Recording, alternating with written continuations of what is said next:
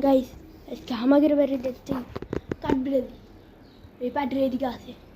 দাঁড়ান ফ্ল্যাশ মেরে দেখাই। ভিডিও অন কর, ফ্ল্যাশ হচ্ছে না। এদিকে আছে পারাবিনি। এই কাঠবিড়ালি হচ্ছে আমাদের বাড়ির সামনে থেকে। এই যে দেখেন এই আম গাছগুলো আছে, আম গাছগুলোর থেকে ওই কাঠবিড়ালি দূরে চলে যাচ্ছে। এখন আমি ভিডিওটা অফ করি, বারাক আপনাদের ডাম। এইদিকে দেখেন গাইস আমাদের বাড়ির ভিতরে হচ্ছে আমার ছাগল।